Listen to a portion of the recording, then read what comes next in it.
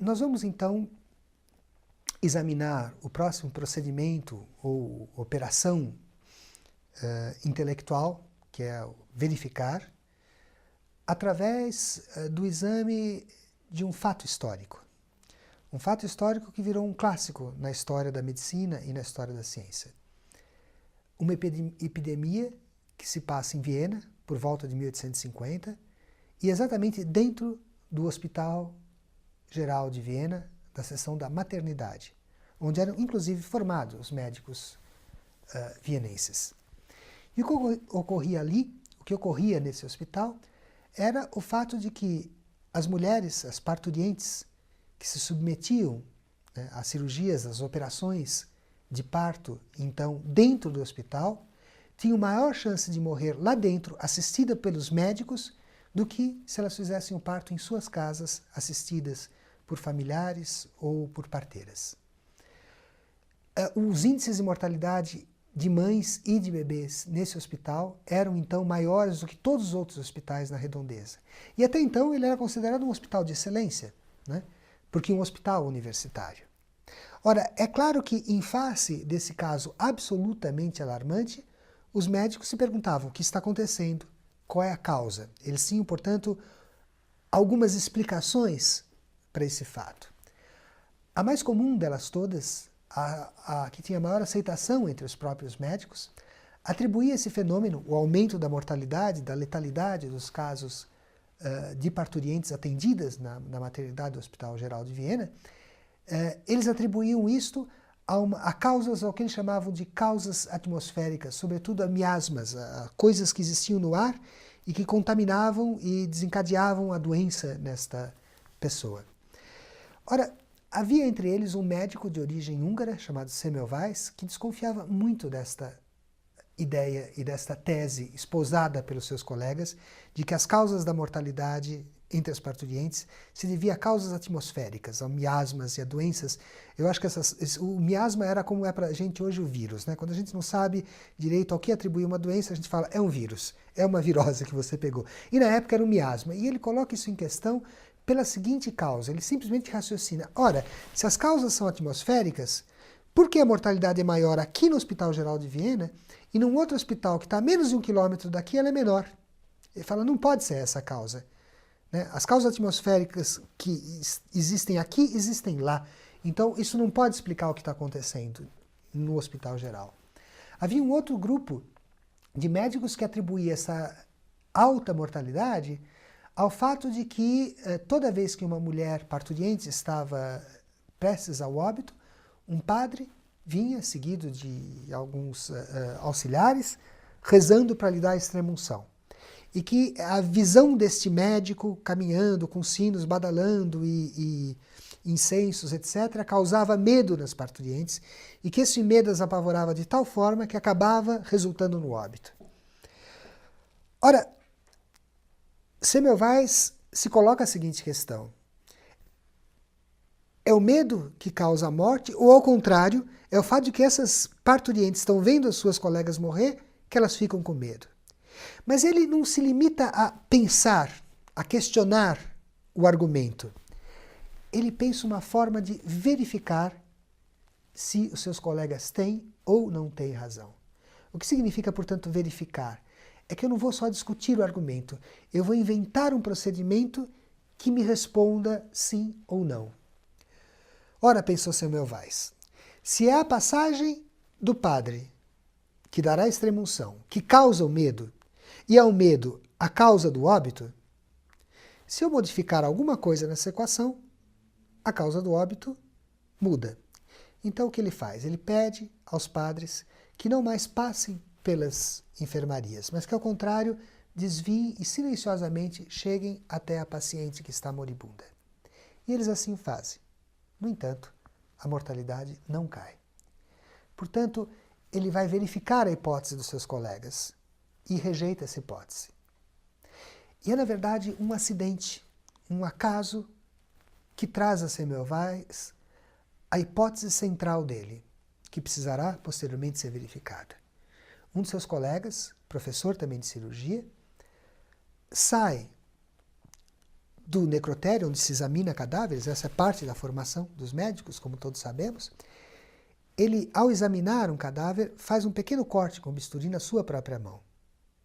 E dias depois, este médico que se cortou com um bisturi que ele utilizava para examinar um cadáver, né, para dissecar um cadáver, morre com uma febre muito parecida com aquela que as parturientes morriam.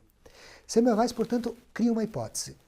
E a hipótese dele é que a doença da qual padeciam essas parturientes era transmitida por matéria cadavérica. Ou seja, era o contato entre o bisturi que dissecava cadáveres e, em seguida, as parturientes que transmitia a doença. É a primeira vez que se pensa na ideia de asepsia hospitalar, que para a gente é básico hoje, mas essa ideia se deveu ao Semmelweis por causa desse episódio. Ele então propõe um procedimento. Todo mundo, ao sair das aulas de anatomia, no necrotério, e passar para o hospital, todas essas pessoas eram obrigadas a se assear, a lavar as suas mãos com uma solução com muito cloro, né, que, portanto, eliminava todas as bactérias. E, ao fazer isso, o índice de mortalidade do Hospital Geral de Viena cai substancialmente. Portanto, o Semmelweis fala, eu tinha razão. Né? É a matéria cadavérica que transmite a doença. Ele não tinha razão. Porque, depois de um tempo, um outro colega dele sai de uma cirurgia, né, de algum tipo de doença, provavelmente um câncer, a gente não tem um registro claro do que era, e em seguida faz um parto, sem lavar as mãos. E, novamente, a mulher morre com a mesma febre. Semmelweis, então, é obrigado a refazer a sua hipótese, que não é a matéria cadavérica, mas o contato com qualquer tipo de matéria que esteja degenerada em putrefação, que poderá levar ao contágio e à morte. Ele passa, então, a fazer a mesma asepsia ao sair de uma sala e para outra. Toda vez que o médico mexe, faz uma cirurgia, ele se limpa. E, novamente, os índices de mortalidade caem. O que é importante, portanto, reter como a verificação como um procedimento da ciência. Ora, o que é importante é que a verificação é uma forma pela qual eu coloco em debate, em crítica, eu testo uma hipótese. E eu atesto não por aquilo que eu falo, mas pelos resultados. A verificação é uma forma de eu contrapor aquilo que eu creio, aquilo que eu penso, o que eu acredito ser verdadeiro, com o real. Eu invento uma forma de colocar em questão a minha hipótese. Por exemplo, a febre que acomete as parturientes é causada por razões atmosféricas. Eu coloco em questão e rejeito. Ou a febre que acomete as parturientes é causada por matéria cadavérica. Eu coloco em questão e provisoriamente aprovo. Até que vem um novo fato que coloca aquilo de novo em questão. Ou seja, a cada nova ocorrência eu verifico. O que significa verificar? Propor um teste para ver se eu tenho ou não razão na minha crença, na minha hipótese. Ora, o procedimento de verificação, embora de uso extensivo na ciência, não é algo que só ocorra na ciência. Por exemplo, num inquérito policial militar, numa comissão parlamentar de inquérito, é muito comum vocês ouvirem as pessoas dizerem que vão fazer uma acariação. O que é uma acariação? Eu pego o depoimento de uma pessoa, e depois pego o depoimento de uma outra e comparo. Eu verifico se eles têm coerências ou incoerências. E se eu acho incoerências, eu vou buscar, por exemplo, evidências, eu vou verificar se um deles ou o outro tem razão. Né? Então, um deles alega A, o outro alega algo completamente diferente. Eu vou buscar formas de verificar quem tem razão. Então, por exemplo, um alega que naquele horário, naquele dia, ele estava em Sorocaba. E o outro alega que naquele mesmo horário e naquele dia, aquela pessoa que diz estar em Sorocaba estava em São Paulo. Eu vou buscar uma forma de verificar quem está dizendo a verdade, quem está dizendo mentira. Por exemplo, rastreando o seu celular. Eu não vou fazer essa verificação simplesmente voltando a perguntar a mesma coisa para as pessoas, mas procurando uma evidência material de que alguém está certo, alguém está errado. Ora, qual a importância da gente ensinar a verificar como um procedimento? Ora, uma delas é muito evidente. A verificação é uma forma generosa que nós temos de colocar em questão as nossas certezas, as nossas evidências. Comecemos por nós, professores. Eu ouço muitos professores dizerem, por exemplo, que os jovens de hoje gostam menos de ler do que os de antigamente. A gente tem como verificar se isso é verdadeiro? Talvez. Bastaria ver, por exemplo, o quanto hoje se escreve e se imprime.